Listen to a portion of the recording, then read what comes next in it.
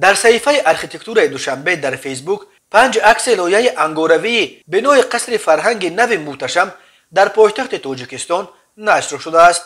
لایه این قصر را گروه لایه کشی سرایست معماری و شهرسازی شهر دوشنبه کشیده است.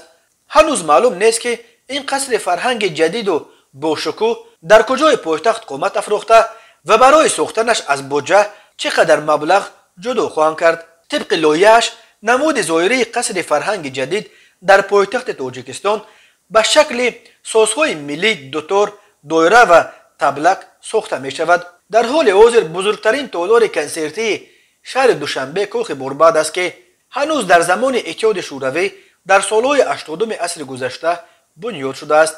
فیلارمونی ملی تاجیکستان باشد حالا در بنای جایگیر کرده شده است که قبلا قصر اتفاق کسبه بود.